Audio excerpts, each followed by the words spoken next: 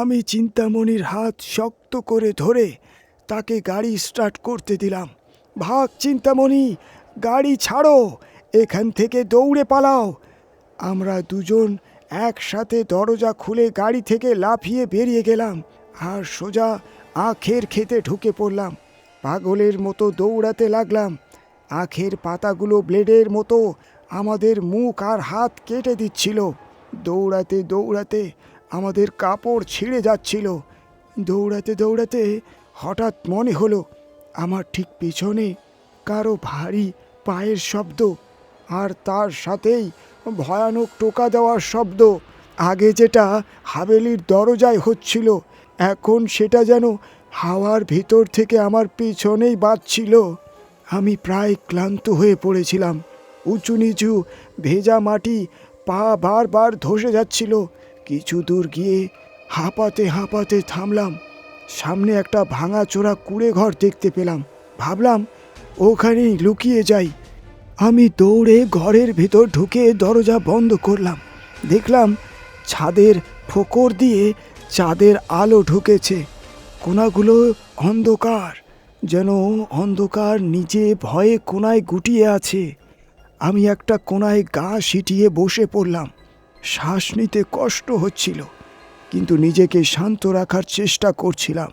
ধীরে ধীরে সব শব্দ কমে এলো। মনে হলো বেঁচে গেছি। আমি ঘাম মুছলাম, নিজেকে বোঝাচ্ছিলাম এখন আর ভয়ের কিচ্ছু নেই। ঠিক তখনই ঘরের অন্য কোণ থেকে একটি আওয়াজ এলো। অপরাধীরা যেতে না, নিজের ভুলের শাস্তি তাদের পেতেই হবে। আমি কিছুই দেখতে পাচ্ছিলাম না, কিন্তু হঠাৎ অনুভব করলাম ও কোনায় চিন্তামণি দাঁড়িয়ে আছে। ওরই কণ্ঠস্বর। আমি অন্ধকার থেকে একটু বের হলাম। বেরোতেই মনে হলো চাঁদের আলো আরও উজ্জ্বল হয়ে উঠেছে, যেন চারিদিকে দিনের আলো। চিন্তামণি ও আলো এসে দাঁড়ালো। আমি অবাক হয়ে বললাম, চিন্তামণি, তুই তুই এখানে? কিন্তু তখন আমি ভালো করে ওকে দেখলাম। এটা আমার সঙ্গে দাঁড়ানো চিন্তামণি নয়। তার মুখ উল্টো, মাথাটা পিছনে ঘুরে আছে, পিঠ আমার দিকে, কিন্তু মুখটা উল্টো হয়ে আমাকে দেখছে। তার চোখ দুটো পুরো সাদা, চাঁদের মতো। মুখ থেকে রক্ত মাখা লালা পড়ছে। সে বিকৃত হাসি দিয়ে বলল, তুই দরজা ঠক ঠক করেছিলি, দরজা খুলে গেছে, এবার শাস্তির সময়। মরঘাট মরঘাট তোকে নিতে এসেছে। ঠিক তখনই কেউ কুঁড়ে ঘরের দরজায় প্রচণ্ড জোরে আঘাত করতে লাগলো। শব্দে মনে হলো দরজায় নয়, যেন আমার বুকে হাতুড়ি মারা হচ্ছে। ভিতরে সেই উল্টা চিন্তামণি জায়গায় দাঁড়িয়ে দুলছে। তার ভাঙা গলা থেকে ভয়ঙ্কর ঘড়ঘড়ে হাসি বের হচ্ছে। ফয়সলা হয়ে গেছে, জল্লাদ এসে গেছে। পরক্ষণই দরজা লাথি মেরে ভেঙে ফেলা হলো। দরজার কাঠ চারিদিকে ছিটকে গেল। দরজার ফ্রেমে এখন সে দাঁড়িয়ে। জল্লাদ 7 ফুট লম্বা, বিশাল কালো শরীর, তেল আর সিঁদুরে চকচক করছে। কিন্তু তার গলা থেকে উপরটা নেই, শুধু কাটা মাংস আর জমাট কালো রক্ত। তার ডান হাতে জং ধরা বিশাল ভারী তলোয়ার। আমি চিৎকার করতে চাইলাম, কিন্তু ভয়ে গলা শুকিয়ে গেল। উল্টো মুখওয়ালা চিন্তামণি হঠাৎ হাঁটু গেড়ে জল্লাদের সামনে নত হলো। জল্লাদ এক পা এগিয়ে রাখল।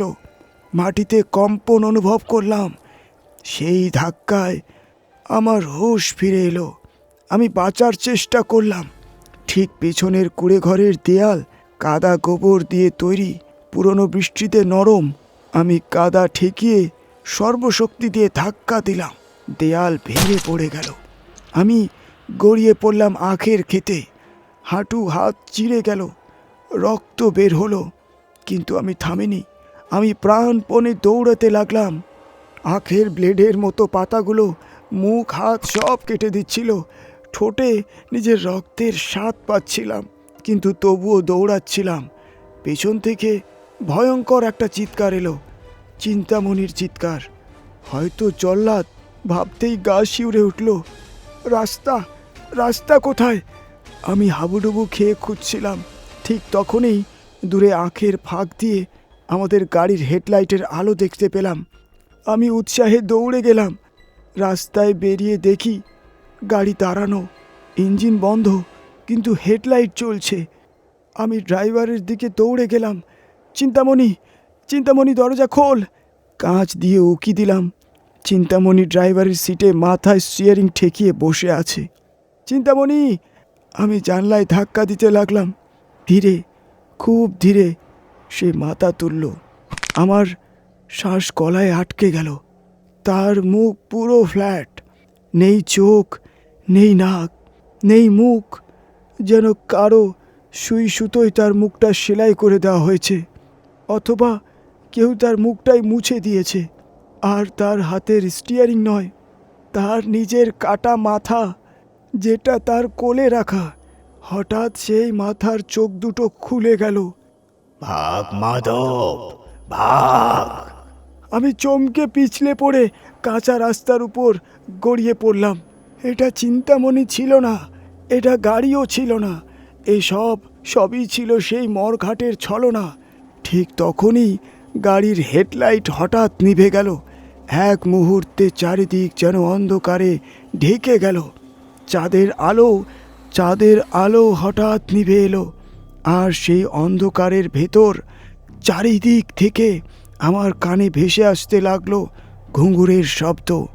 কিন্তু সেগুলো কোনো নর্তকীর ঘুঙুর নয়, ওগুলো ছিল লোহার শিকলের শব্দ, যেগুলো অপরাধীদের পায়ে বাঁধা হতো। আমার চারপাশের দৃশ্য সম্পূর্ণ বদলে গিয়েছিল। আমি আর আখের খেতে নেই, রাস্তাটাও উধাও, গাড়িটাও কোথাও নেই। তখনই আমি বুঝলাম আমি দাঁড়িয়ে আছি সেই হাভেলি, মানে সেই মরঘাটের ঠিক মাঝখানে। চারিদিকে উঁচু উঁচু কালো পাথরের দেয়াল, আর ঠিক সামনে সেই ভয়ঙ্কর কুয়ো, যে কুয়োর কথা চিন্তামণির বাবা আমাকে বলেছিলেন, যেখানে অপরাধীদের মাথা কেটে ফেলে দেওয়া হতো। সেই মুহূর্তে কুয়োর ভেতর থেকে অদ্ভুত এক সবুজ আলো বেরোচ্ছিল, আর সেই আলোয় দেয়ালের গায়ে শত শত ছায়া নড়ছিল। না, না, আমি ভেতরে কিভাবে চলে এলাম? আমি তো বাইরে ছিলাম। সব কিছু দেখে আমি কান্নায় ভেঙে পড়লাম। ক্লান্তিতে আমার শরীর অবশ হয়ে যাচ্ছিল। ঠিক তখনই আমার পেছনের বিশাল মূল ফটকে যেন আমার ঢোকার পর বন্ধ হয়ে গিয়েছিল। বাইরে থেকে কেউ জোরে দরজায় ঢুকতে শুরু করলো, কিন্তু বাইরের দরজায় ঢুকছিল কোনো ভূত নয়, বাইরে থেকে আসছিল আমারই গলা। দেখো, কিছুই হয়নি, কোনো ভূত আসেনি। সেই কথা শুনে আমার মাথা ঘুরে গেল। এটা কি আমার গতকালের গলা, নাকি সময়ের কোনো ভয়ঙ্কর গোলমাল? গতকাল যখন আমি বাইরে দাঁড়িয়ে দরজার কড়া নাড়ছিলাম, তখন কি আসলে আমি নিজেই আমার মৃত্যুকে ডেকে আনছিলাম, যে মৃত্যু ভেতরে বসে আমার অপেক্ষা করছিল? এখন আমি ভেতরে, আর আমার অতীত বাইরে। আমি যখন দরজার দিকে তাকিয়েছিলাম, তখন খেয়ালই করিনি কখন যেন সেই মাথাহীন জল্লাদ আমার ঠিক পিছনে এসে দাঁড়িয়েছে। সে ধীরে ধীরে আমার দিকে এগোতে লাগলো। তার হাতে ধরা তলোয়ারটা সে পাথরের মাটির উপর ঘষতে লাগলো। পাথর থেকে চিঙ্গারি ছিটকে বেরোতে লাগলো। আমি শুধু তাকিয়ে দেখতে পারছিলাম। আমার পা যেন মাটিতে গেঁথে গিয়েছিল। আমি একটুকুও নড়তে পারছিলাম না। জল্লাদ তার বাঁ হাতটা উপরে তুলে আমার দিকে আঙুল তুলল, আর বাতাসের ভেতর ভেসে এলো এক ভারী গম্ভীর আওয়াজ। মুখ না থাকা সত্ত্বেও সেই আওয়াজ স্পষ্ট ছিল। 3টি কড়া আর সুদাসী। হঠাৎ কুয়োর ভেতর থেকে বেরিয়ে এলো কালো ধোঁয়ার মতো শত শত হাত। সেগুলো আমার পা শক্ত করে ধরে ফেললো, আর সবাই মিলে আমাকে টানতে লাগলো কুয়োর দিকে। আমি চিৎকার করছিলাম, হাত পা ছুড়ছিলাম, নখ দিয়ে মাটি আঁচড়াচ্ছিলাম, কাঁদতে কাঁদতে ক্ষমাও চাইছিলাম। কিন্তু তাদের শক্তি তখন অসীম। আমাকে টেনে নিয়ে যাওয়া হলো কুয়োর কিনারায়। আমি নিচে তাকালাম, নিচে কোনো জল নেই, নিচে শুধু হাজার হাজার কাটা মাথা। আর সব মাথায় তাকিয়ে আছে আমার দিকে। তাদের মধ্যে পড়েছিল চিন্তামণির সদ্য কাটা মাথা। চিন্তামণির মাথা আমাকে দেখে হাসলো। চলে এসো, আমরা তোমার জন্য অপেক্ষা করছি, চলে এসো। একটার পর একটা আওয়াজ যোগ হতে লাগলো। জল্লাদ তার তলোয়ারটা আকাশের দিকে তুলে ধরল। আমার চোখও উপরে উঠল। আমি আকাশের চাঁদটার দিকে তাকালাম। মনে হলো চাঁদের আলো ক্রমশ আরও তীব্র হয়ে উঠেছে, আরও আরও, এতটাই তীব্র যে আমার চোখ সহ্য করতে পারছিল না। তারপর আমি আমার দুটো চোখ বন্ধ করে ফেললাম। পরদিনের খবরের কাগজে একটি সংবাদ ছাপা হয়। একদিন আগে মুম্বাই থেকে আসা দুই পর্যটক মাধব ও চিন্তামণি গত রাত থেকে নিখোঁজ। আজ সকালে গ্রাম থেকে একটু দূরে নদীর ধারে তাদের গাড়ি লাওয়ারিশ অবস্থায় পাওয়া গেছে। অনেক খোঁজাখুঁজির পর গ্রামের পুরনো ধ্বংসস্তূপের কাছে তাদের কিছু জিনিসও উদ্ধার হয়েছে। কিন্তু সবচেয়ে অদ্ভুত ব্যাপার হলো হাভেলির সেই প্রধান দরজা, যেটা প্রায় 20-30 বছর ধরে মরচে পড়ে আটকে ছিল, যেটা খোলা অসম্ভব বলে সবাই জানতো, সেটা আজ খোলা অবস্থায় পাওয়া গেছে। পুলিশ ভেতরে গিয়েও তল্লাশি চালিয়েছে, কিন্তু ভেতরে কাউকে পাওয়া যায়নি। সব কিছু স্বাভাবিকই মনে হয়েছে। তবে গ্রামের লোকেরা বলে এখন অমাবস্যার রাতে হাভেলির ভেতর থেকে দুটো নতুন চিৎকার শোনা যায়। আর কখনো কখনো কোনো পথিক বন্ধ দরজার ভেতর থেকে ঠক ঠক করার শব্দ শোনে। তো বন্ধুরা, এটাই ছিল আজকের গল্প। এই ঘটনাটা আপনাদের কেমন লাগলো, আর পডকাস্টের দ্বিতীয় পর্ব কেমন লাগলো অবশ্যই কমেন্ট করে জানাবেন। গল্প ভালো লাগলে ভিডিওটি লাইক এবং শেয়ার করে দিন, আর চ্যানেলটাকে সাবস্ক্রাইব করতে একদমই ভুলবেন না। সবচেয়ে গুরুত্বপূর্ণ কথা, লাইক করার পর ভিডিওটাকে হাইপ করতে হবে। আজকের মতো এখানেই শেষ। আবার দেখা হবে পরের এপিসোডে আরও একটি ভয়ঙ্কর এইরকম গল্প নিয়ে। ধন্যবাদ। সকলে ভালো থাকবেন এবং সুস্থ থাকবেন। শুভরাত্রি।